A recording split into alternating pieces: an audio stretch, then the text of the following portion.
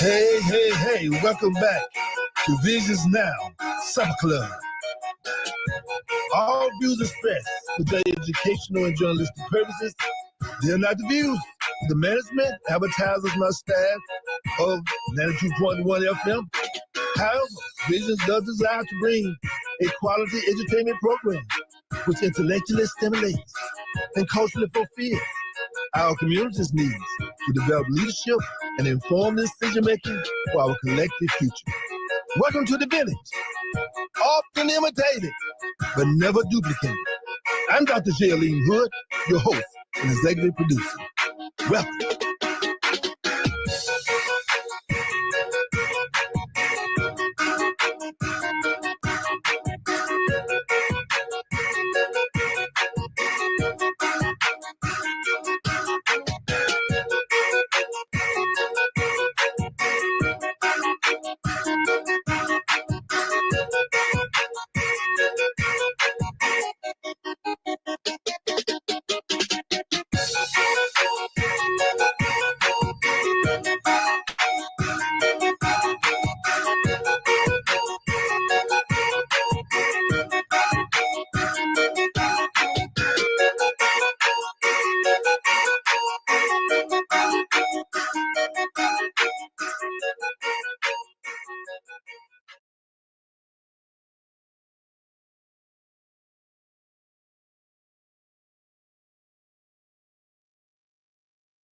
What I learned in all these years on this earth. If somebody wants to walk out of your life, let them. Especially if you've been the best person you can possibly be and they still want to go, let them go. Whatever they're running after, they'll see what they had very quickly, but by then it will be too late. Some people will come into your life for a lifetime, and some will come for a season. You have to know which is which, and you will always mess up when you mix those seasonal people up with lifetime expectations. Everybody that comes into your life will fit in the category of a tree. Some people are like leaves on a tree. The wind blows, they fall off the tree, they're unstable. Many people in the world are like that. They're just there to take from the tree and give shade when it's convenient. But don't get mad at people like that. That's who they are. They were put on this earth to be what they are, a leaf. Some people are like a branch on that tree. You have to be careful with those branches too, because they'll fool you. They'll make you think they're a strong friend, but the minute it gets difficult, they'll break and leave you high and dry. But if you find yourself 2 or 3 people in your life that are like the roots at the bottom of that tree, you are blessed, because these are the type of people who aren't going nowhere. A tree can have 100 million branches, but only a few roots down at the bottom to get everything it needs. If those roots weren't there, the tree couldn't live. When you get some roots, hold on to them, but the rest of them, let them go. This is what I learned in all these years on this earth.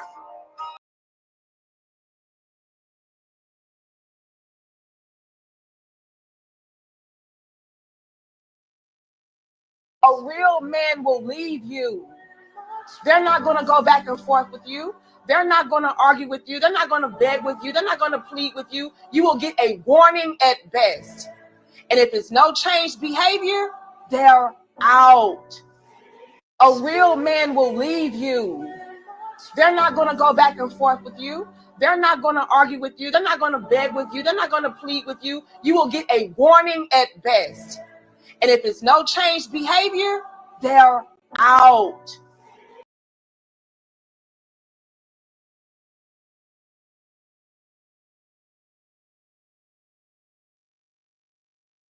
This is what a little bit of encouragement can do. Come on, buddy. Come on, you got it. Come on, man. Come on, bro. Come on, you got it. Go. You got it, Ash. Come on, you can do it. You can do it. There you go. Go ahead. Get in there. Get in there. No. Go back. Go back. Go back. Come on. You got it. You got it, man. Take a step. Take a step. Come on, buddy. You can do it. Here, give me. Come to my hand. Get my hand. Come on, buddy. You got it. Yeah. There you go. Good job. Come on. Whoa. Yeah. This is what a little bit of encouragement can do.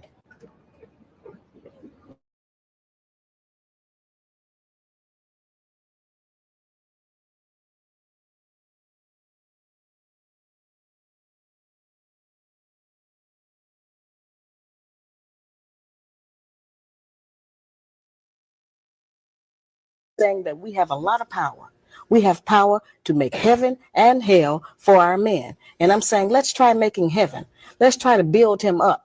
If a man has his woman behind him, he will believe he can do anything. And all we need to do is to get our men to believe that they can do anything. And he'll be able to, do much better than he's doing now and come out of the pitiful condition he's in. As I said, I'm not exonerating him. I'm just saying that all of that strength that we have, let's use it in a more positive way instead of just going for self. Nobody told us that all of that being my own person and I'm independent would lead to separation and loneliness. But that's what we had. I'm saying that we have a lot of power. We have power to make heaven and hell for our men. And I'm saying, let's try making heaven. Let's try to build him up.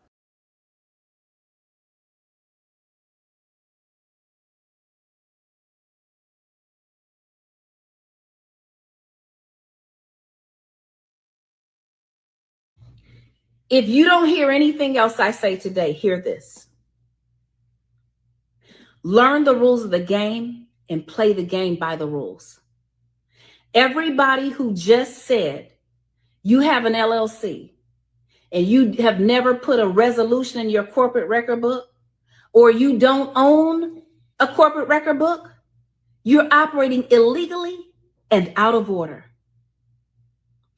When you have a sole proprietorship and you use your name and social security number, you and the business are the same. You're the same thing. But when you get an LLC, you've created a separate entity. That entity has a tax ID number. That entity has a set of rules. That entity can open bank accounts, start businesses. That entity can create credit lines. That entity can purchase real estate. If you don't hear anything else I say today, hear this. Learn the rules of the game and play the game by the rules.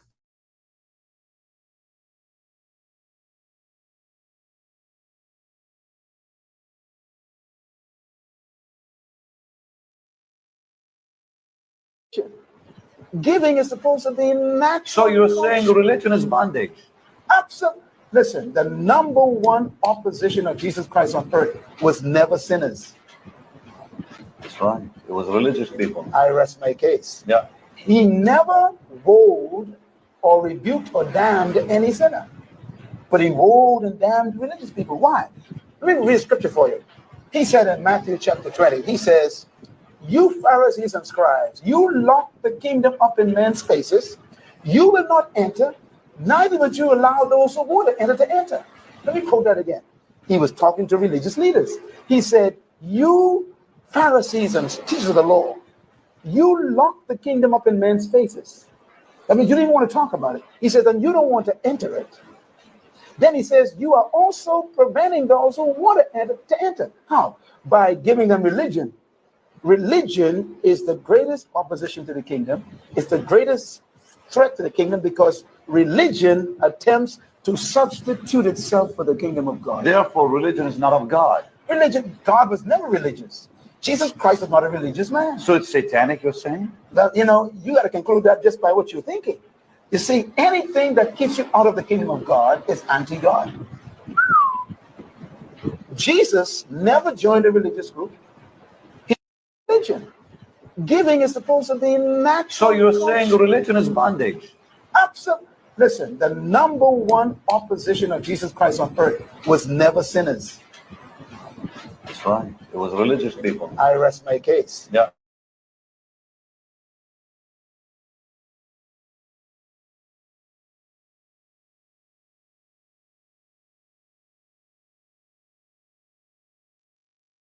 Bad boys because we like to be the one that got done wrong.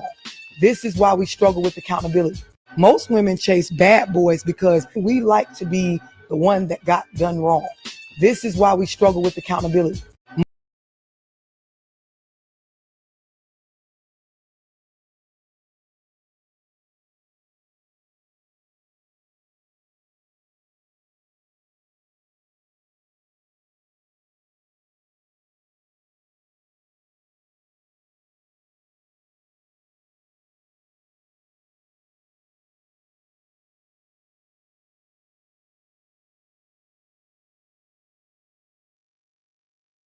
Hey ladies, I'm gonna tell y'all why some of y'all are a little slow. Okay, I hear a lot of conversation about how men want to wait till they're in their late 30s, 40s, and 50s to settle down, and they're all washed up. They want to wait till they're washed up to settle down. Honey, those men are not washed up. Those are the men that you want. Okay, and one, that man has probably found the Lord. Number two, he's outgrown his whole phase, and if he hasn't outgrown it, he's significantly decreased it. Okay.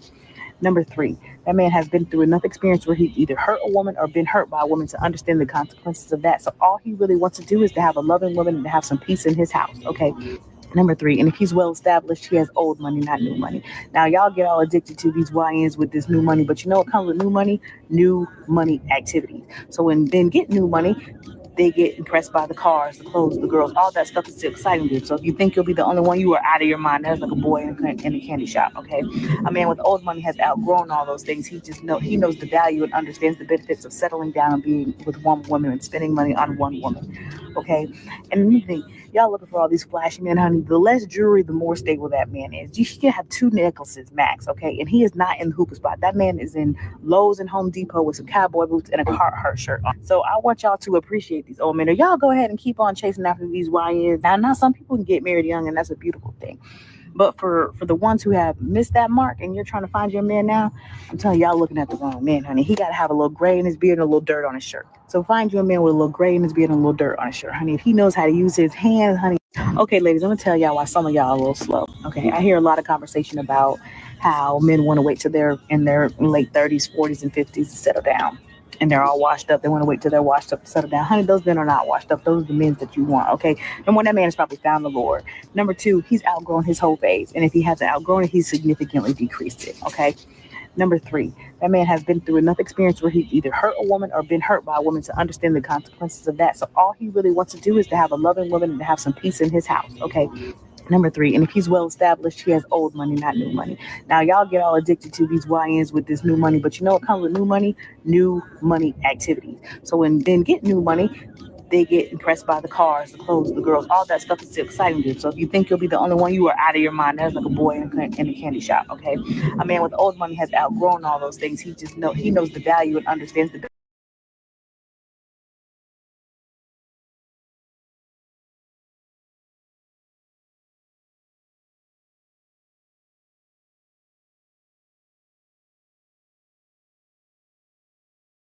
There's a talk I give on the 5 biggest challenges Black people have for the next 100 years. The number one challenge is the existential crisis of the Black family. The existential crisis of the Black family. Marriage in our culture is down to 34%.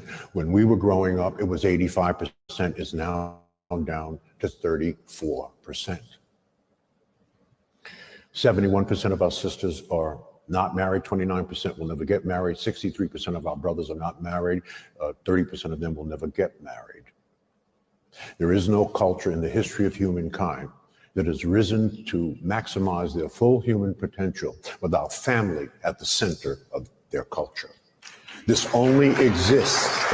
This is an interesting but negative statistic. This phenomenon of the existential crisis of our family only exists among African American Black people. It does not exist on the continent or anywhere else in the diaspora. So there must be something in the water. We must fix this. It is a lot easier said than done because it is impacting our wealth. Quick statistics. For 350 years, household median income was dominated by white people. They were number one in this country. They no longer are number one, they're number 3, and there's a reason for it. So who has the highest household median wealth in America? It's East Indians, $104,000 a year. What's the marriage rate in the East Indian culture? 94%. Two are working. Who's number two? Chinese Asians. Household median income, $110,000 a year. Marriage rate close to 70%. Number three are white people. Household median income, $88,000 a year. What's the marriage rate? Almost 50%. Down significantly. Number four are Hispanics. Household median income, $61,000 a year. Marriage rate close to 70%. We are at the bottom. Household median income, $55,000 a year. Marriage rate, 34%. And projected based on facts and statistics that if we do not fix this, because white folks ain't fixing this, our marriage rate will be in the low teens in the next 20 years. We must, this is an enormous challenge. That's a whole talk by itself on how do we fix it. It can be fixed, but we have to, first of all, understand that this is a problem. No one's talking about this problem. This is a huge problem. It's the number one problem in our culture. So we must fix it. Wow.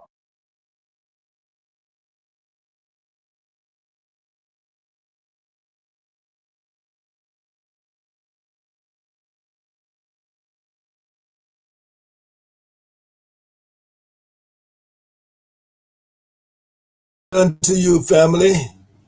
The village is now assembled, and we'd like to say shalom, so mo to be. Praise the Lord. Free the land.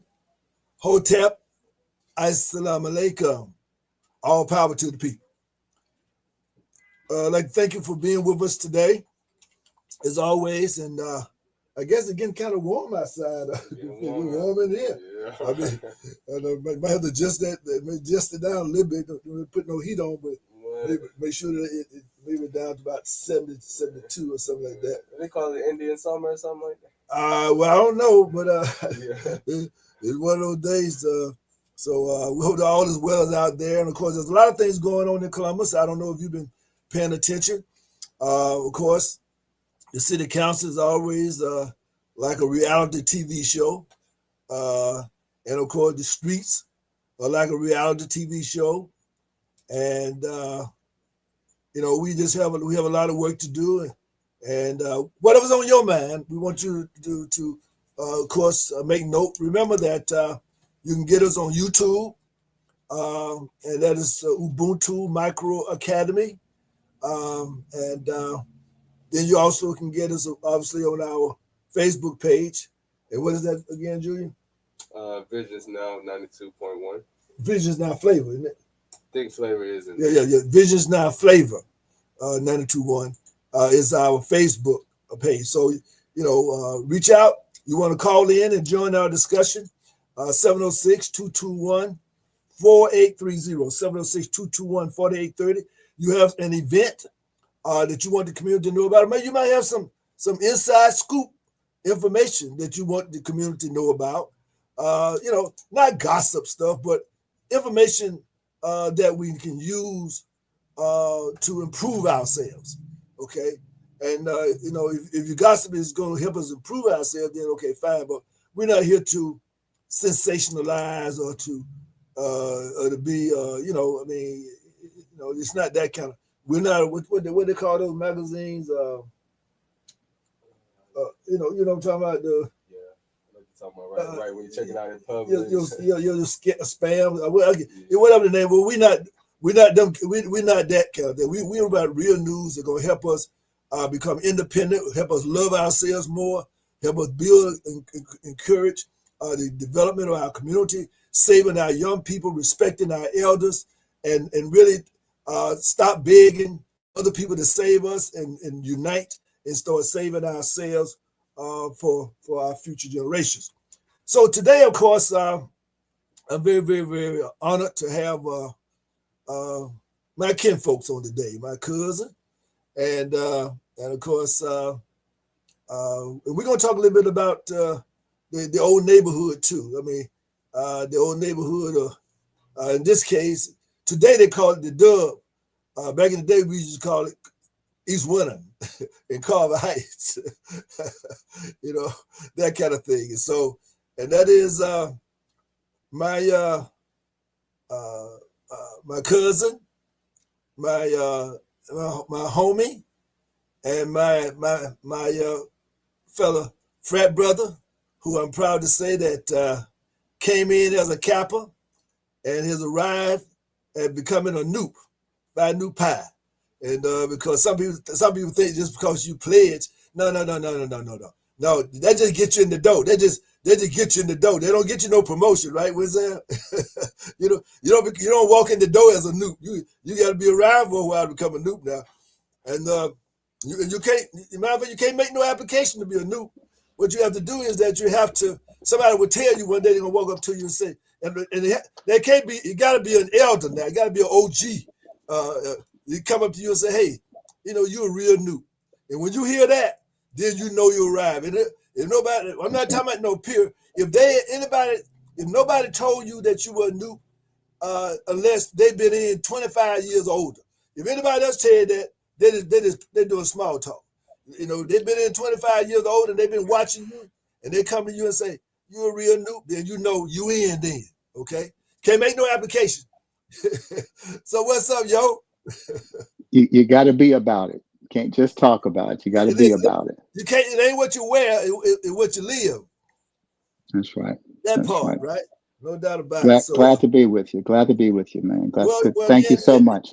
You got to do it more often, actually, because these days and times, our people are in need of a lot of everything good, and of course, I've been following you ever since before you knew you were you. so you probably don't remember me and David used to come over there, and I tell you, at that time y'all house was a big house. I mean, we be running through all the rooms and out in the backyard, and we just having a ball. I mean, the house was like a playground sometimes. It was a big house, And, the house on the corner. The house on the corner. That's right. So how many brothers and sisters was on that corner? Oh my goodness! In my house, right? Your house. Your house. There were a total of 12. There were 12 of us once upon a time. Of course, a lot of them are gone to be with the Lord. But yeah, we had a big house. As a matter of fact, family was so spread out that none of us were really living in the house at the same time. So there was probably no more than 7 or 8 at one time. Because the some had grown out. That's grown right. out, right? That's right. That's right. That's right. They made room. They made room for somebody. That's right. That's right. But there were a lot of stewards there, though. There were a lot of stewards there. Oh yeah, no doubt about it. No doubt about it. No doubt about it. And I remember you. So you remember I wanted to try to take you one day. But I thought that was a bad idea. Yeah, that probably was a bad idea. That wasn't a good idea. No doubt about it, though. Me and Richie used to have some good conversations too. Yeah. We have good conversation. Of course, Alfred, Alfred used to pick me up. He probably remember. He used to pick me up sometime, take me for a ride. Right. Over there by Spinola over that way. Right. There and everything. And of course, you and Sister Rose went to school together. Oh yeah. We more than went to school together. We were classmates. We were classmates from elementary all the way up. And of course, David. I grew up in Aunt Janie's house. Me and David and Bud. So I mean, so every day every day when I did my little chores, and my next stop was to go around Aunt Janie's house and watch TV. Because at that time, I think Aunt Janie probably one of the few people who had a television out there in the quarters. That's right. That's right. So then we used to come over there, John Henry and Don. We used to come over there to East Winter, and sometimes we used to walk through the woods too. Because there was a path from Bell's Court all the way through the woods through East Carver Heights like that. I'm sorry. That was before my time. I'm sorry. I I know. can't relate to that. I'm just putting you up on the game. One time they would kind of connect East Carver Heights and Bell's Court. They would connect right there because it was like just the woods in between. Wow. And we used to play over there in Boxwoods, you know. Wow. That was before Boxwood Estate, right? Oh yeah. We used to play Boxwoods was really Boxwoods back in those days, and we used to play over there. That was our playground. In particular during the summers, we would leave the house, pack our lunch. Because at that time we used to watch a lot of cowboy and Indian stuff. So we would patch out our lunch and take our BB guns and go in the woods. And there was a little stream, but we had a little net that we kept our little drinks cool. I mean, we were doing it like that out there, you know. And of course, over there on Lloyd's Lane, of course, y'all right down the street from 103 Drive-In. That's it. That was it. You right there in it.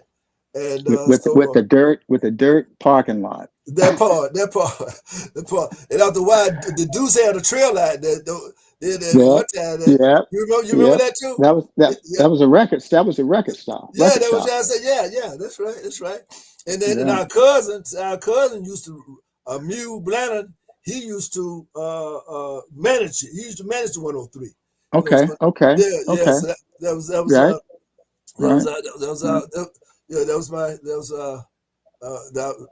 my cousin as well. So we had a lot of family out there. Yeah, we had a lot of family out there in East Winton. I mean, all over East Winton. Of course, my daddy had a house, and of course, his mother and father was right down on Thomas Street. That's right. And a lot of people don't know, but my grandfather was the one that really constructed that little grocery store in the Irene's Beauty Salon. Bryant grocery store was the name of it. Right there. Yeah, my grandfather was the one that the architect, had that built over there. Wow. And that was Bro Jackson's. Who was your mama's nephew? That was his dad. Yeah. Okay. So That's good. we're gonna come back. I never knew that. Well, I'm trying to tell you that's what. Hey, I gotta pass it on down. So that's why I said I'm gonna talk to Africa and some of the older ones that I can talk to for what to fill in the gaps for. I don't know, but. Like I said, I remember, Boo Cat. I don't know. Did you know about Boo Cat? Of course. Okay, of course. I know Boo Cat and Jada Pearl and Happy Day. Happy Day. Happy Day. Oh yeah, Santa Boy. Yeah. Yeah. So you're taking me back, man. You're taking me way back. That's the tribe, there, baby. That's the tribe. Yeah. It's true. Uncle Bill. It's true. Uncle Bill Thurkill. Yeah. Uncle William. Oh yeah. Uncle Jake. Uncle Jake. We can go all day.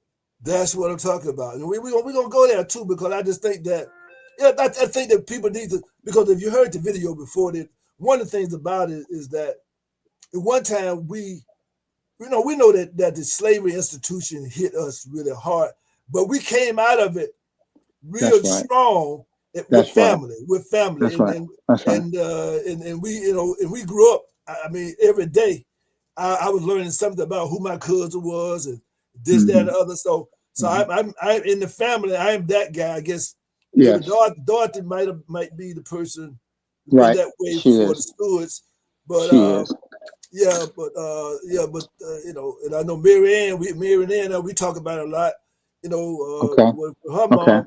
But in my family, like I said, I knew, again, like I say, I mean, I knew all of them. I knew Uncle Bill. I knew Uncle Doug. I don't know if you knew Uncle Doug or not. Yeah. Did you know Uncle Doug? I sure did. Mary Virginia. Yeah. I sure did. I sure did. So I'm trying to pass this on, and so we're going to talk a little bit more about it. But I know today, in particular, though, we want to talk a little bit about, again, you've had well, I guess it runs in the family. I guess, I mean, not to get too, not to be prejudiced, but we just have a very, very talented family, and we've in a variety of ways. I mean, we've been blessed athletically, scholarly, musically, you name it. It's just something about our family that really that they kept. I think that was part of being family, though. The family time was a good time, and so you did a lot of things together that time. We didn't have a lot of Facebook and all that. I mean, at night we looked at the stars at night, or we told stories sitting on the porch, and I mean we just made fun out of everything that we were doing, and relationships was really most important. These days, children don't value, but we're going to change it. And those of us who remember how it is, we can tell our children, but they got to feel it. Just like you and I. I mean, we love to see each other because that's my cousin right there. I mean, it's just like that's right. I mean, that's me right. in another body right that's there. Right. It's that's that right. kind of thing. That's right. And our children, right. hopefully, that they will have that same spirit. But Wenzel, let's start off here a little bit with you.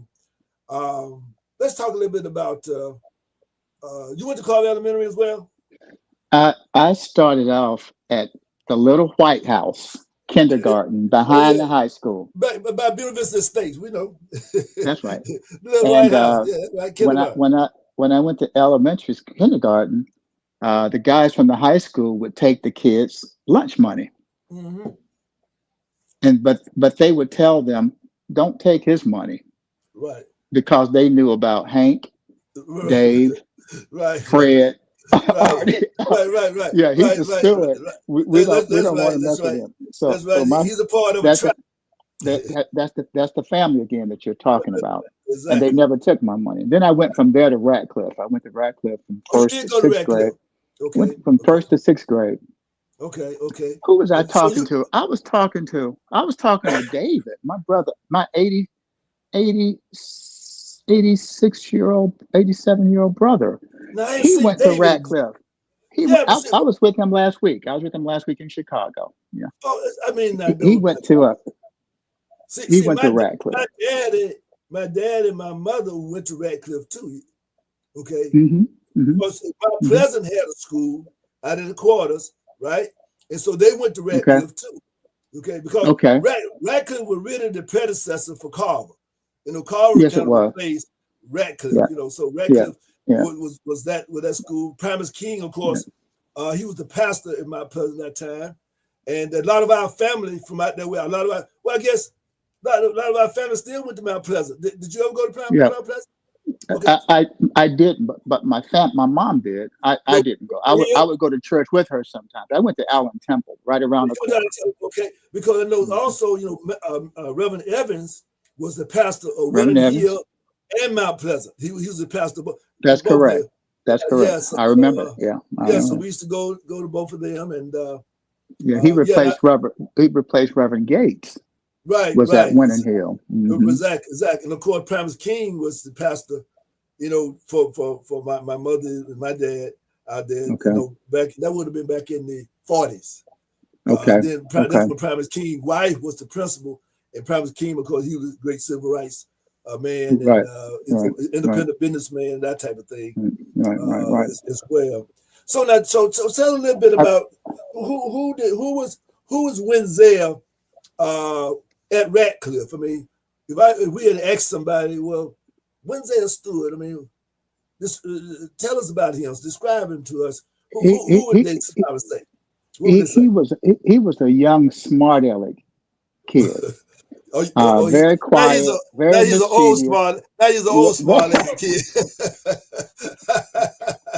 I remember being in the 5th grade. Miss Aegis told me to write a sentence on the board. I wrote the sentence and I put a period on it, but the period wasn't large enough. Right. I said, "Okay, I'll fix it." So I made the period the size of a tennis ball. Right. And of course, back in that day, you can get the paddle without any trouble. You can get the paddle. Yeah. Yeah. So that's another thing that's changed. But I was there until middle school. Then I went to Southern. But when I was at Radcliffe, I went to Southern the year it opened and the second year. I went there for the first 2 years. And when I was at Radcliffe, I went to Allen Temple, as I mentioned, and I met a man who was trying to keep his sons out of prison. His name was George W. Bolden. And he formed a male choir to keep his grandsons out of jail. And one of them is, I think, is in prison now. And the other one, I think, was just, they had a rough life. But that man touched my life in a way that I'll never forget. He was one of the most influential people in my life. Uneducated man, Right. but he loved the Lord, and he made us go to church. In that day, you know, most of the men I knew were what you might call unlettered.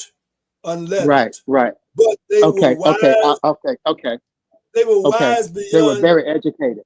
Right. They were unlettered. I got you. But they were self-taught and that type of thing. Yeah. Just teach me, man. I'm learnable. You can. I know. That's why we have this conversation. So George Bolden gathered us up, made us go to church, go to Sunday school, and he formed a male choir, and that male choir sang a cappella. And then I had a piano at home, so I just started hitting the piano. And my mom, your aunt, used to call me Plink Plank. Right. Hey, Plink Plank. So I started playing, took piano lessons, and started playing for the Allen Temple Male Choir. That's where my music started. And I also played at Allen Temple. Allen Temple wanted to pay me $30 a week to play, but my mom wouldn't let me accept the money. And I forgive her for that. But that was my beginning. And when I went to Southern, Joseph Salisbury, who is my mentor now, said, you're one of the few kids who could read music. So when I got to 7th grade, I could read music. I wanted to play trumpet and saxophone like everybody else. But Joe said, you've got those long arms. Why don't you play trombone? So he was my first music mentor, and still is today. I send all of my music to him for him to critique it, and he's given me some sound advice and has given me some wonderful instruments to help promote my music ministry. But it started back there.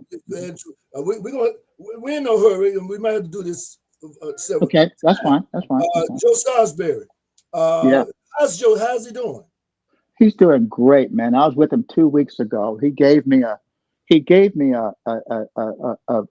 wonderful instrument called a Yamaha Motif XF7, which is a performing keyboard. And 2 weeks ago, he said, I got another one for you. So he gave me something called a Mox FX8 that I'm using to record my music on. And so I'm very grateful to him for that. But he's doing absolutely great. Doing great. He's in great health. His wife, Beverly's good. His son is our frat. And of course, his son sends me all kinds of music that I don't even relate to. Where's his son now? He's in Atlanta, and he's a physician. He's a general practitioner, general physician. Well, again, we're gonna have to get his number because got him. I got number. Obviously got family up there. You got him. We're always looking for to make a connection. For the old time's sake. You got him. So you got him, and to also be a part of your program sometime to talk about health matters, especially as it pertains to our community. Because which is critical. Matter of fact, one of the shows that I was doing back during the pandemic, and the question I asked, and this is not just in general, has our medical professionals failed the Black community? And the reason why I said that at the time was because, in my fact, my daughters who are physicians, they kind of started some groups on Facebook of Black professionals from all over the country who started, telling people about what's going on with coronavirus and things that you can do for yourself. And where the medical part, but there's some thing about building up your immune system and things like that. Sure. So my point is that, say for example, like here in Columbus, Georgia, there's a Black Medical Association. I love the brothers dearly, but I never hear them come out with no statement about, hey, about what we need to do. The same way, look, this is what's going on in the black community of Columbus, Georgia. And this is what we need to be aware of. Well, this is the status of HIV. This is the status of tuberculosis. This is the, again, and I'm going to continue to beat that drum. It's not popular, but again, we got to do that. It's all. There's a guy that goes to my went to my Bible fellowship, a very integrated Bible fellowship, mostly Caucasian, and his statement is, "Our health is our greatest wealth." That's right. And that's a powerful. And my contention has always been, if I've got $1, I cannot buy $1 worth of health. That's right. But if I've got $1 worth of health, I can go out and make $1. That's right. Well, one of my great mentors was the Honorable Elijah Muhammad, and he wrote a book called "How to Eat to Live." Amen. And that's one of the fundamental things. And there have been many varieties after that, but again, that was the cornerstone of the movement here in America. Was we have to change how we eat. We have to be conscious of that if we want to be a better people, we got to eat better. That's right. We are what we eat. We are. And I don't want to get too far off into it, but diet is a critically important dynamic for our health. I've got 5 pillars that I'm trying to live by, and by the grace of God, I'll be 71 on March 24th. I've never spent a night in a hospital. I've never been on any medication. My blood pressure is a little elevated, but I know what my triggers are. My triggers are sleep. I stay up all night recording music. Next day, my blood pressure elevated. Duh. I'm sure you received some things from me about 3 or 4 o'clock in the morning. Yeah. But I sleep. But that's critical, and hydration is critical, and diet is critical, and exercise is critical. Right. But sleep is my main trigger. When I sleep 8 hours, my blood pressure is 127 over 70, 117 over 66.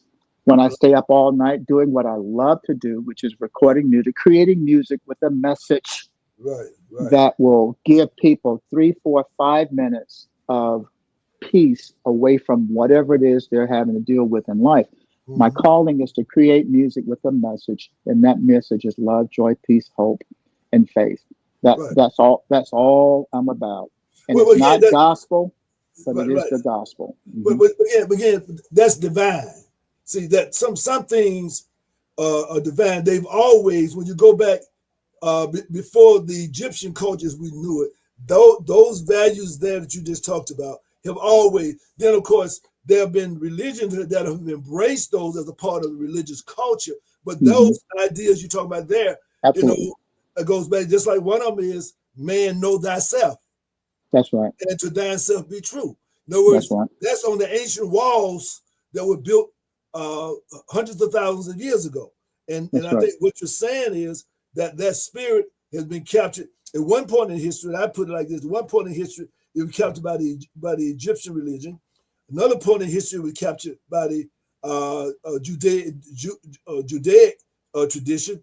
One point in history it was captured by the Christian religion. Another point was by the Mohammedan religion, Islam. In other words, that same spirit, if you took away the name of all those different religions inside of that, what you just said, you find those same values. About Yahweh.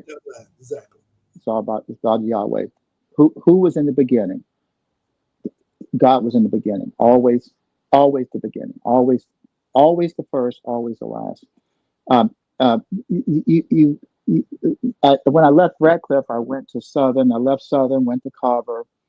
Left Carver, went to Kentucky State, where I had the privilege of playing trombone primarily, but keyboards with a group called Funkified. And my senior year, I left the group to graduate because they all left school to pursue their music careers. Okay. I left the group in February of 76 to graduate in May of 76. And in September of 76, they changed the name to Midnight Star.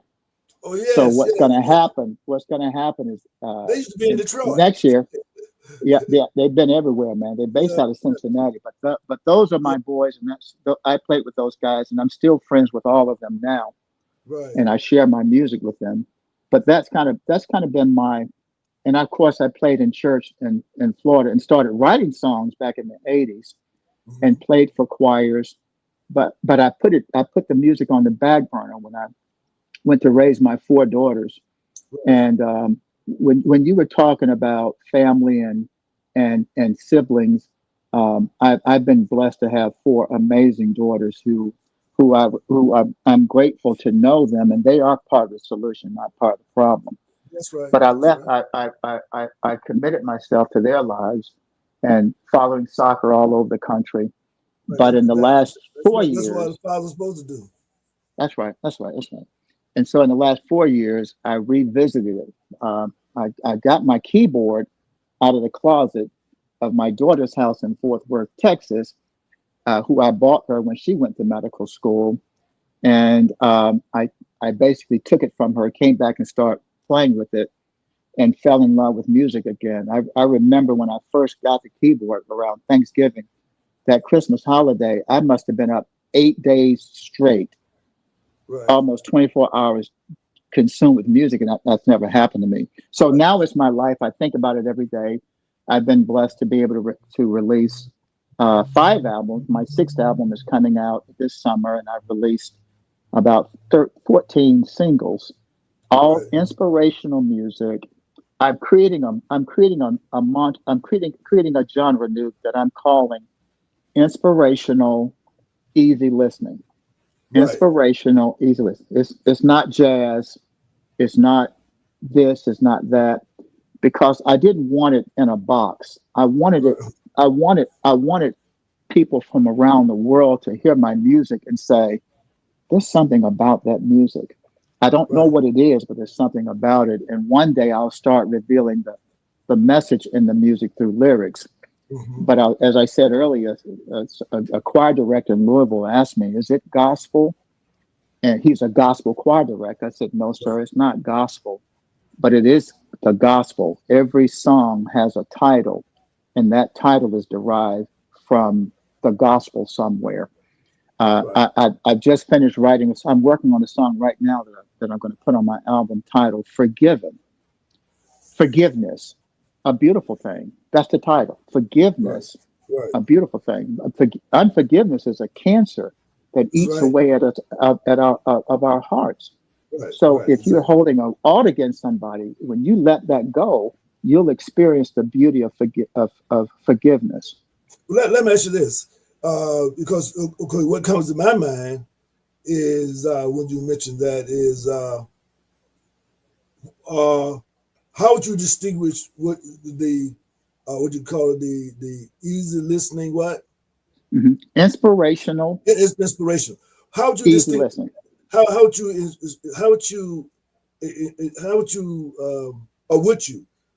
Because see, there's always been a difference between gospel and spirituals.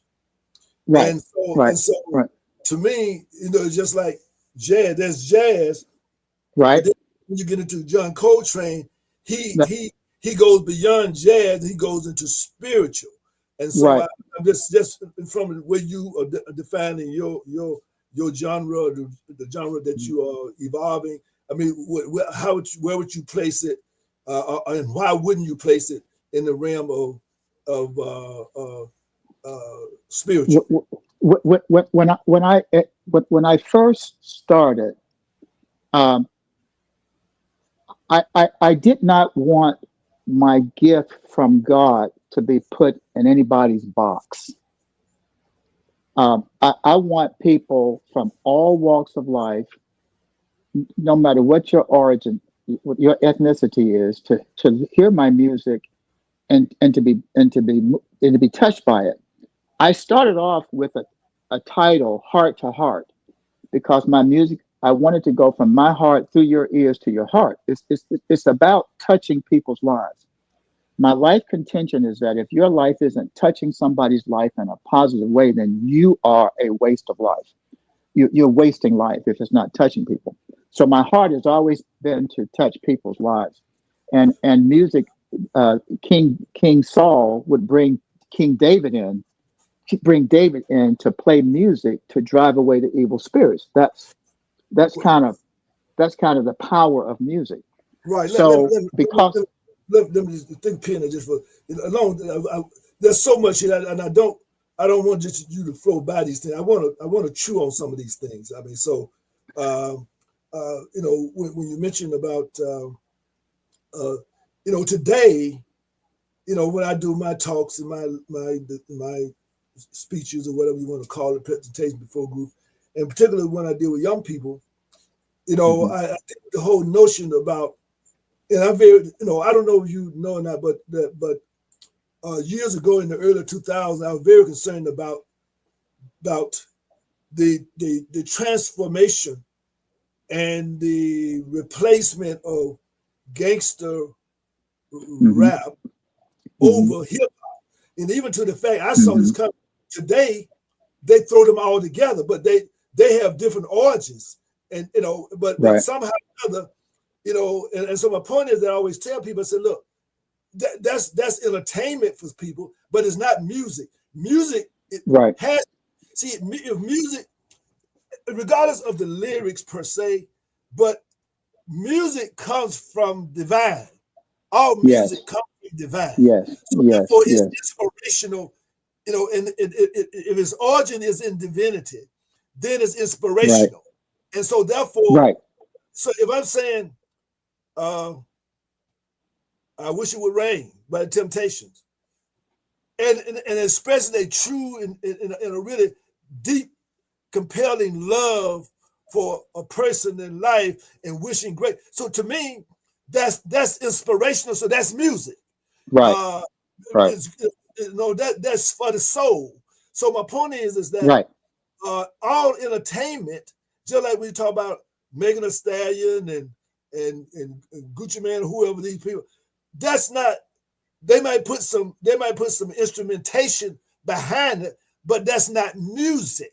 It's just like when you talk about poetry, all rap is not poetic. So therefore, coming out of academia, I guess I kind of spit some verbs sometimes and kind of spit some nuances. But to me, they are not just nuances; they are fundamental. Because because they come from a different place. They come from a different place. So that's why I just wanted to kind of mention that notion there. That even though it might have some language, but if it's talking about something other than debauchery, but it's celebrating life and love, and even if celebrating like Men of the Blues or celebrating the loss of love, to me that's inspirational too, because it's the longing for, and so they're expressing not that I don't need nobody, that I miss. I'm lonely for you. You know what I'm saying? I mean that kind of thing. So at the soul level, at the core level of who we are, music has a profound. I listen to my music sometimes, man. I released a single on March 10th. It's titled I'll tell you what, Walking in the Light. Let's hear something. Let's hear a couple of pieces. I don't want us to go too far, and we hadn't really heard it. Well, can we get a few? Can you do something? I don't know if you'll hear it or not. I can play a piece through my phone, but I'm not 100% sure. Right, that's fine. Hear it. I want people to at least get a chance. I mean, we've been talking about it, and I thought about it. So wait a minute, we should have opened up actually with some of it, but again, we is there something on YouTube that might be able to pull up for you?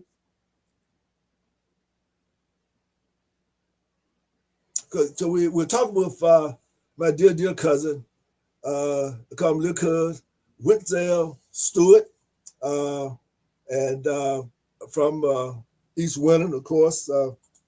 On my father's side, of course, my roots are very strong on the, so to speak, on the east side, East Winton, East Carbohydrate, Beards Quarters. That's all really all part of that total village as well. Okay, Yeah. was there I'm trying to queue up one to play, but I'm not. is there anything on YouTube that we might have Junior to look up there as well while you're doing that? I'll have to. We'll have to come back to that. I have to send you something Okay, good. Okay, that you can play. okay. Maybe we can If go I can. out. If I can. Mhm. Is this anything on YouTube? If Anything I. on YouTube? Oh yeah. Okay, You that's should good. be. We can put it up. You should be able to put. You should be able to pull up Wentzel, Wentzel, and then Walking in the Light is my Okay. latest single. Okay, go on. Junior will See if put you can it cue up. it up. Okay. Right, Okay. right. And by the way, do But you know who Julian is? I don't know that if I know. I don't know if I know Okay. who Julian is. Okay, well, Julian is basically, I guess, Richard's nephew. Really? Yeah. Really? From Bearwood. Really? Yeah, but Okay. yeah. So it's a family thing. I need to meet him. I need to meet him. Yeah. No doubt. I was talking to Marika, Rich's daughter, and she asked me if I could help get her grandson into Kappa League Right. in Columbus. And she Okay. texted me last week and told me that he's in, so I'm going to come down for his Kappa League induction. Okay. Well, how old is he? Columbus alumni. I said, how think he's, old is he? 8th or 9th grade. Eighth, ninth grade. Okay. Mhm, Well, make mhm, sure you mhm. let me know that we'll go together. I mean, he needs to Okay. know we got about Okay, 12, that's good. 13. We got about 12 Kappas in the family, so and Good. and I'm Good. proud to Good. say Good. that I will. I'm proud to say for that I know I'm the elder of them all, so I feel Yeah. good about Yeah. that. Yeah. No Yeah. Yeah. doubt. Yeah. We get together and sing around the tree. We go back for homecoming, and we go Right. from oldest to youngest. And there have been a couple of times where I've stood next to the pole mark from the chapter because I was the oldest. So I But like you to know have what? the brothers. I'm glad you mentioned that. But see, because in my day, of course, I crossed in 70, right? Okay. Now, the thing about it is that we were known as crooners. We were singers. I mean, we Absolutely. stepped and we Absolutely. sang. The Absolutely. cane, the Absolutely. cane was around, but we were that. No, we were singers. That Kappas were That's known as correct. being. We were That's the doo correct. wop. We were the doo woppers. I mean, That's correct. That's word. correct. Probably, matter of That's fact, correct. did you know a brother by the name of Robert Carson from Kentucky State? Called him Coot Carson. No, I don't know him, but that's my boy, man. I Yeah, actually spoke at his Kappa memorial service. I was there. I Remember? spoke. Yeah. I know That's Coop, why man. Kentucky. I just thought Kentucky State. Yeah, Yeah, that's Coot from Detroit. And so yeah. No, that's my boy, man. That's my yeah. boy. Well, Yeah. Coot plays me too. So because he moved Okay. around like that. So Okay. he was in Yeah. Detroit. So he Man, plays me. he was as much Atlanta alumni, whatever chapter he was in Atlanta, as he was Detroit alumni and That's cool. Kentucky Everybody, State, all of that. Man. everybody Yeah, he knew was Coot Carson. Coop. That's right. Everybody knew Coop. Yeah, That's man. right. Yeah. That's right. True. Yeah. But that's been my life, man. And now I'm committed to every day I think about spreading the message, spreading Right. this message. Well, yeah. At the end of the day, my thing is, like I said, I live my prayer. Right. Is your life is your message. And Right. and my grandmother, that's one thing about it that I did an interview with her before she transitioned at 100. And I don't know if you remember my grandmother or not, but her favorite song was like the work I've done speak for me. Yes. I mean that Yes. was her theme song. Like May the work I've done speak for me. That's right. That's right. Give me my flowers now.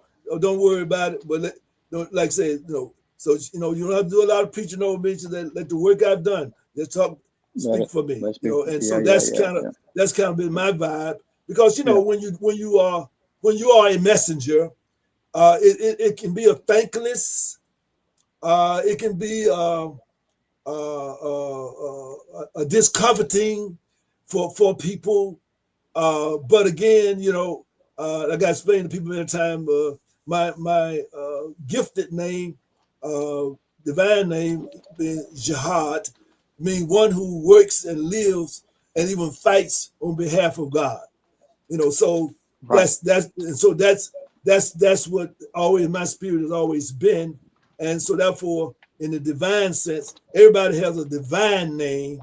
The world gives you a name, but then God already has implanted a name in you, and so therefore, then people can see that in you, and so therefore, you can. I guess what's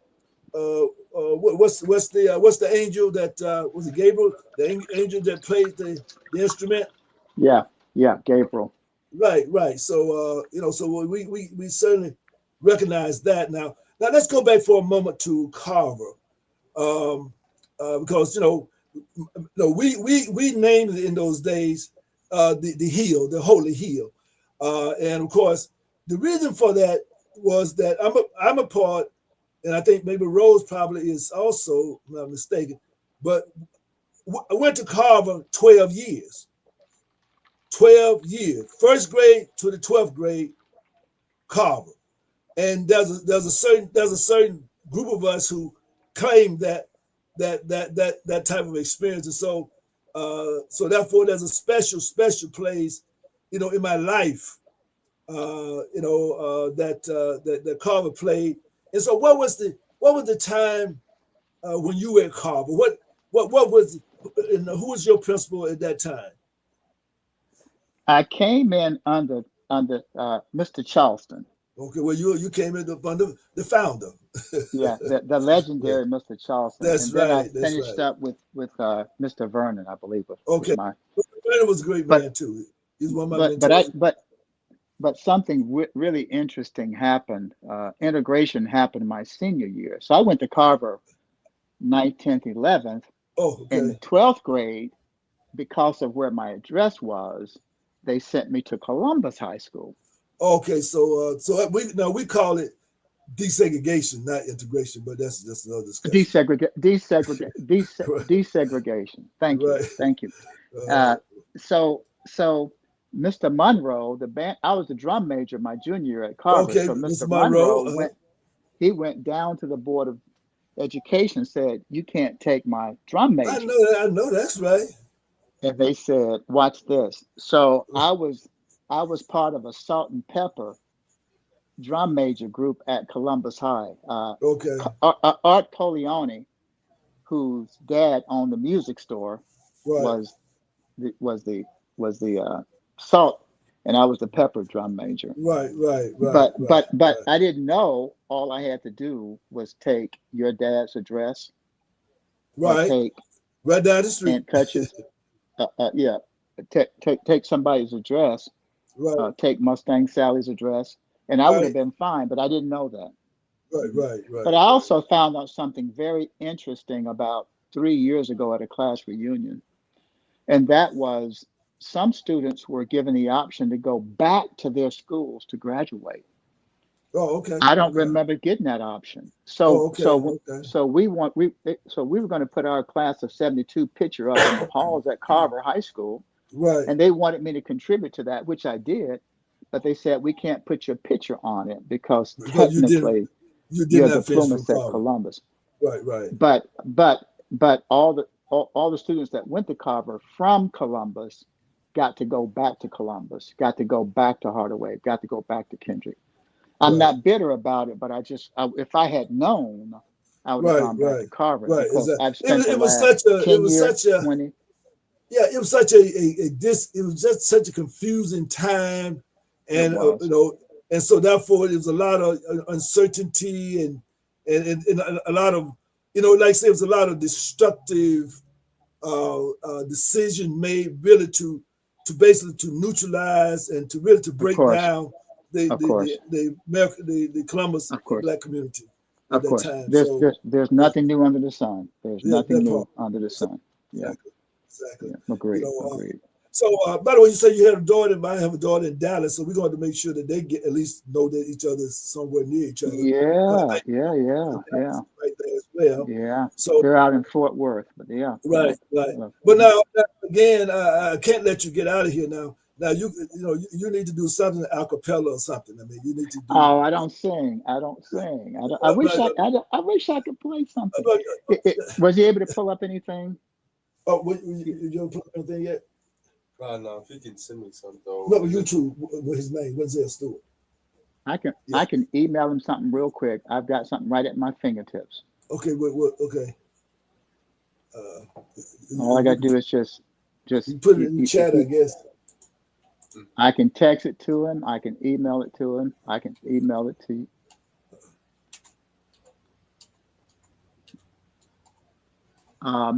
Yeah.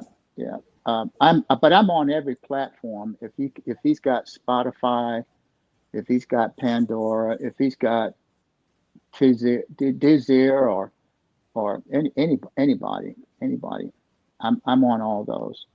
Yeah, will you be the one? Will you be the one? That is a song, but that's not the one I would want you to play. I would love for you to play "Walking in the Light" because it should, or even if it's out there. That's one of my first singles. Okay, I don't know if we I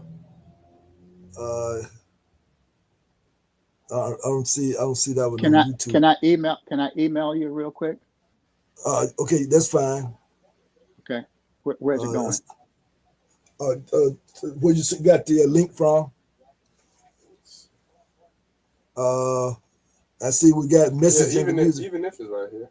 You see, okay. Okay. Even if it's okay, we got even if. Okay. That's the first song I ever wrote, and that song is out of Daniel chapter 1. Even if you threaten to take my life, I'm still not going to bow down to the King.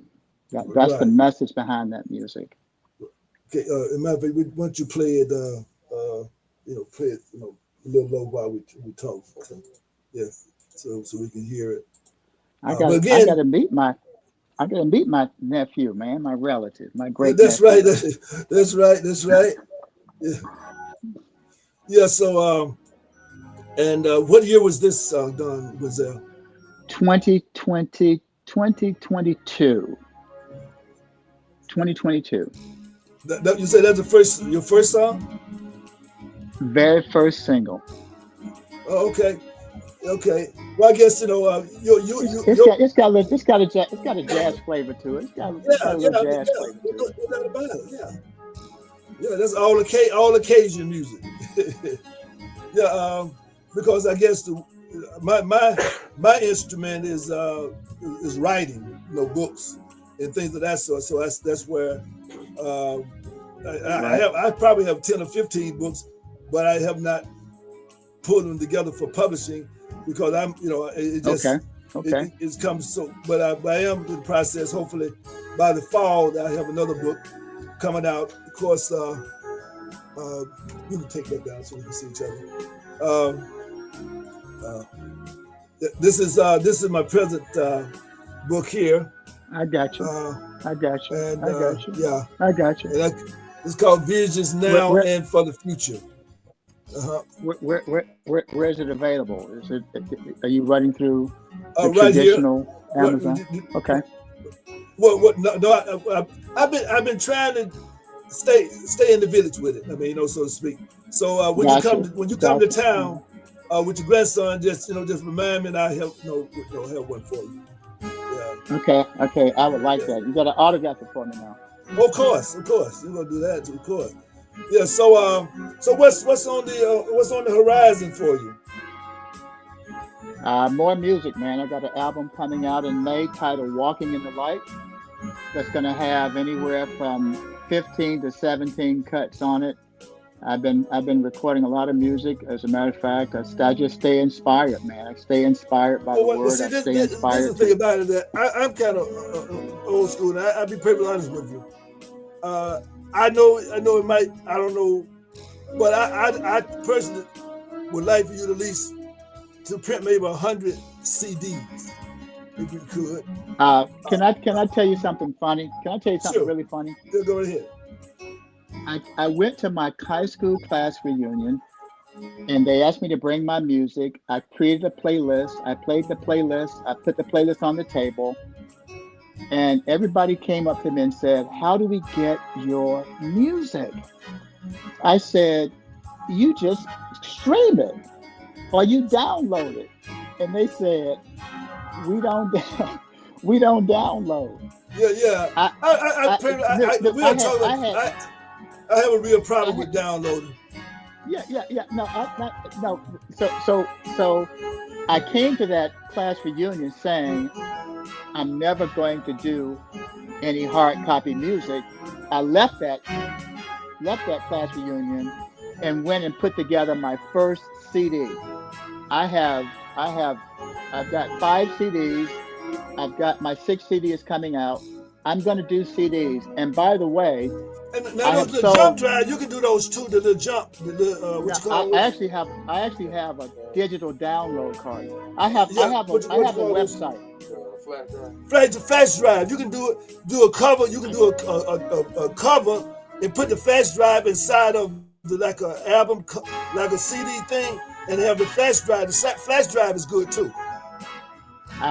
That's a new thought. But I do have CDs. Yeah. I do have CDs, but I like that. I like the idea, and I'm gonna call you later. We'll talk about that. I've never even thought about it.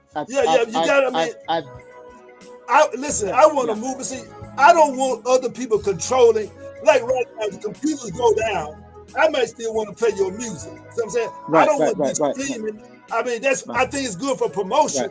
But another reason why I thought about it, because we're gonna need to do something. I mean, matter of fact, maybe the New Era Coalition, maybe sometime we need to have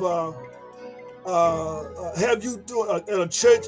You need to do a recital here, for us to promote. Let's get together and promote a recital, and also make it a family reunion too.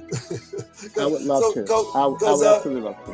Yeah. We need to do that. We need to come together as a family and just make it a grand occasion. I don't know, maybe you know what? And I know the location too.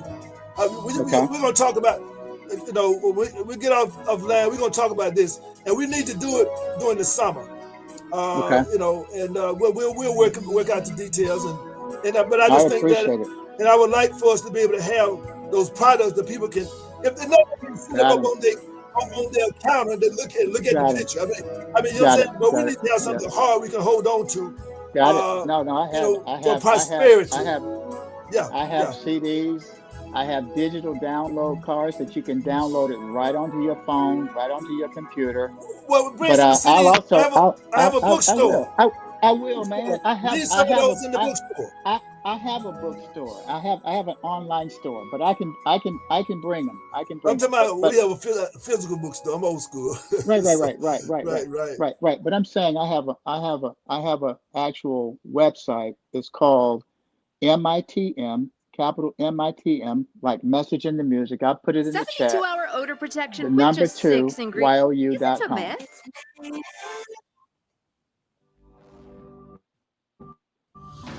Okay, well, like I say, put that in the chat if you can, so the people who are listening, like I say, who want to reach out, just put that in the chat, and yeah.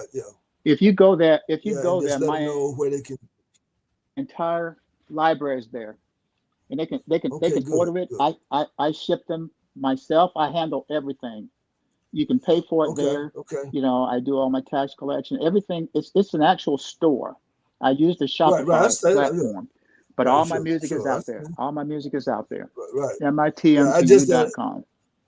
Right. So we want to have something for the old school, and gotcha. No. My classmate got me right. And you were talking about music, and I kind of chuckled when you talked about young people. My music is listening music. Right. It's not party music. It's not dance music. You can dance to some of it. I line dance and ballroom dance. Yeah, so it's relaxing, and we need some relaxing music. It is, and it does have a message, and I pray that message would come out of the music and into the hearts of people that listen to it. I'm committed to it. And I before, appreciate you, man. well, yeah, before we go, against one other thing is that what today there's a lot of challenges going on. I mean, there's a lot of discussion about the viability of fraternities and things of that sort. And of course, you and I, I mean, coming out of Carver, I was mentored from the elementary school all the way up through by Kappas that were from, I mean, I didn't know it at the time, but then when I did, I realized in high school, I realized these other people were Kappas too. And, so that I didn't, it wasn't anything else in my mind. I was a Kappa, I was a Viscount at Carver, so our advisor was right. So I mean, Jeff Glover, and I mean, so and brother Rogers. I know we had a lot of Kappas. So and of course, Wallace always very, very Wallace important. Davis, sure. So why did you choose? Interesting question. I'm gonna be flat out honest with you. Yeah. When I got to school, my two best friends were Sylvester Howard and Russell Davis, and they said, "Let's pledge Omega," and I said, "Okay." And then, but I didn't know anything about Omegas. I know nothing about Kappas, nothing about Alfred wasn't Alpha, so I know a little bit about Alpha. Alfred was Alpha. Mm-hmm. And then, but Dana Madison was a Kappa. Bill Simmons was a Kappa, and Bill Simmons is the current keyboard player for Midnight Star today. Okay. They were Kappas, and so I pledged Kappa because they were Kappas. Okay. Those two guys, and then one of our homeboys was a Kappa. Steve Reese. Yeah, of course. Was a homeboy at U of L. Louisville. I was at Kentucky State, huh? In Louisville. Yeah. So I was at Kentucky State in Frankfurt. Right. And we played for a Kappa ball, and I was online, and I had my pearl around my neck. And the whole night they threatened to throw me to the wolves. But I had on a scarf and a turtleneck. Right. And I was talking to Steve, and Steve said, "Man, you should consider pledging." I said, "Man, I'm thinking about it." I lied. I said, "I'm thinking about it, man." But that was a scary night for me. Right. So, but they were the two primary reasons that I pledged pledged Kappa, and I'm glad I did. Very glad. The fellowship, the fraternity is just powerful. It's powerful. Yeah. I just got my white coat from my chapter, Lawrenceville, Duluth. It wasn't white. It's cream. Cream coat. And I told them, and my coat is cream. That's right, cream blazer. But I told them 2 years ago that my cream coat had better be a double breast, otherwise I'm going to shut the whole chapter down. And I guess you know what they gave me. They gave me a cream double-breasted suit, not just a blazer. They gave me your whole suit. Beautiful. Yeah, man. And they gave me a wonderful banquet, man. Wonderful brunch banquet. Just. Well, my line, of course, I was in Columbus now. My line in Detroit, and so they were together. And they bought my blazer, for me, and when I went to, and of course, 70. My baby brother, he got the Laurel Reef, and right. So and of course, because I told him, listen, you have fun, but you already know, you better not show up, without anything other than being a Kappa. And so, that's right. So that's how it kind of went from there. And I'm very proud of him. You got to connect me with him. Oh yeah, no doubt about it. He's matter of fact, I spent a lot of time in Detroit. Yes, yeah, well, yeah, but let me try to say, he's still in Detroit. Yeah, he's a mogul in Detroit. I mean, he's not just in Detroit. I mean, he's a movie shaker in Detroit. Yeah. I know a lot of brothers who know him. I just gotta next time I'm up that way, I want to look him up. But before you go, we go I'll get do a three-way. I'll do it. We'll do that. So that way, so when you go go there. I mean, you know, yeah. So you Right, you right, get the treatment. right. Yeah, no doubt. I'll No be doubt. I'll be out in Canton when I'm there, but I'll Oh, get to okay. wherever he is. Oh yeah, Mhm. no doubt about it. Like I say, well, he's like I say, they know who he is. So like I say, he'll Detroit's always my city, man. Detroit's my city, man. I like yeah, Detroit. we got a lot of family around up in there. Yeah, we do. Yeah. So again, it's been a blessing, and tell our folks that said much love, and again we got to find out much history you can for me and pass it on to me. Based from when you remember what your mom is. This thing that pretend that your mom, because for those who don't know, of course, is that my grandmother and your mother were sisters. Is that right? That's correct. And, That's correct. and so my daddy was your That's mother's nephew, and my auntie, Frances and Happy Day, and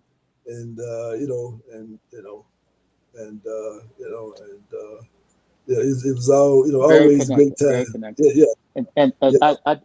I didn't want to give her. Mhm. Yeah. What'd you say? My mother was an angel, man. She was an institution and an angel. Oh yeah, I remember. My mother was an institution and an angel. She Right. she was God. She was God. She was such a blessing to me. Oh yeah, no She doubt used about to it. make No me doubt do about it. things that I didn't want to do, which has caused me to become the kind person I am today. Right, that's right. Taking food to Aunt Kercher because she was diabetic. That's right. That's And I right. didn't feel That's like right. doing it. I didn't feel like doing it. I didn't want Yeah, to do it. yeah, that But ain't she got nothing to do with made me family, do bro. it. It's that family, exactly. Mhm, And mhm, that's mhm. that.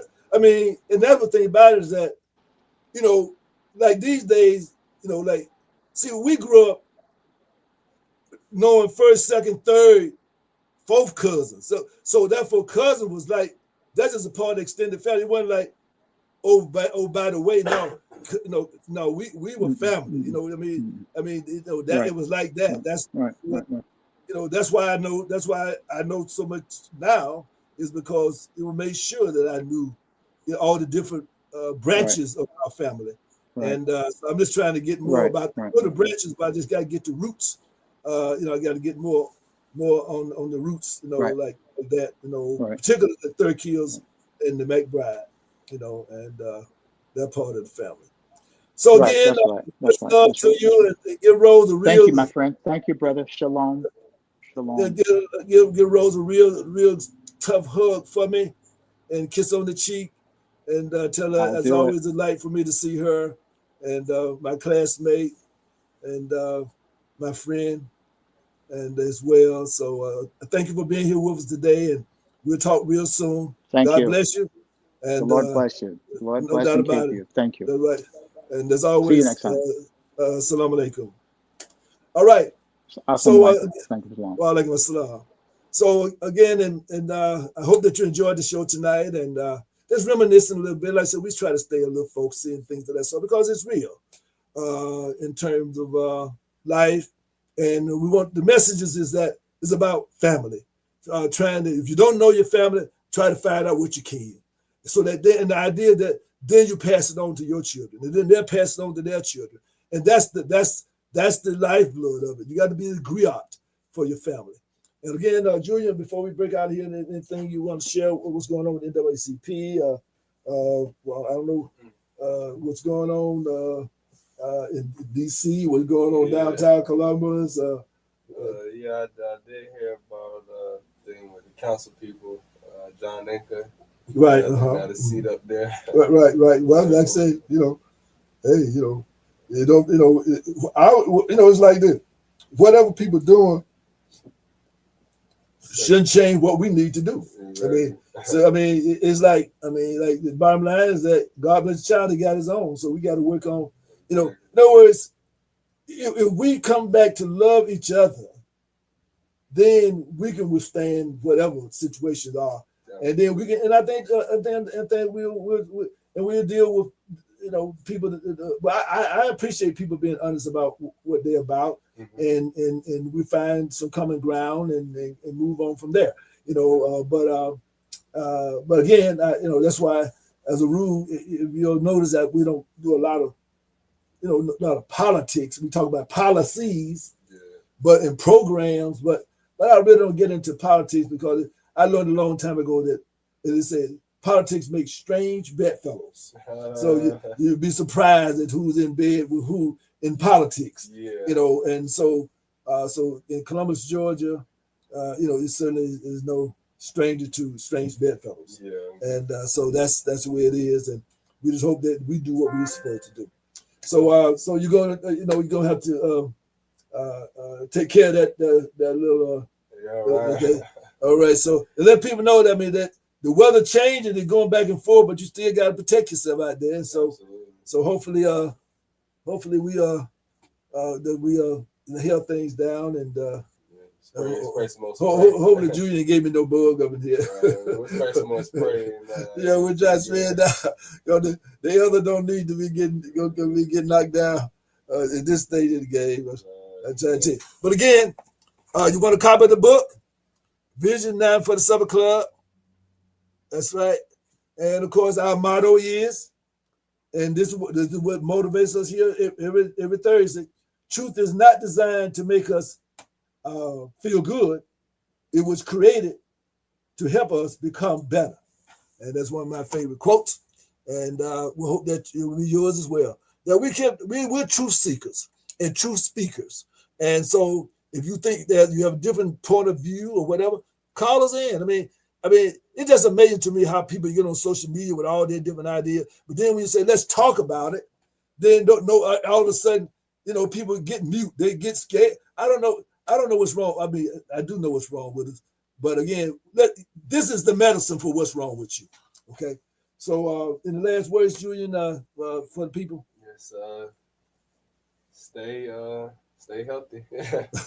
That part. Yeah. Been drinking your water? Yes, okay, all right. They'll give you some of them Ringer tablets in there. Oh, yeah, you take about 5 or 6 of them and knock you down. Right? Exactly. All right, again, I don't know what kind of music we're going out on today. Let's go, if we can, go out a little bit with my cousin's music. We put that as a background. And as always, we want to say organize. Promoters, Chusha Shindaru, Sasawat Missouri. Thank you for tuning in to Visions Now, Flavor, your Supper Club, right here. New Era Network. Okay. Peace till next time. Peace, soul, love, with a little sprinkle of power. Good night.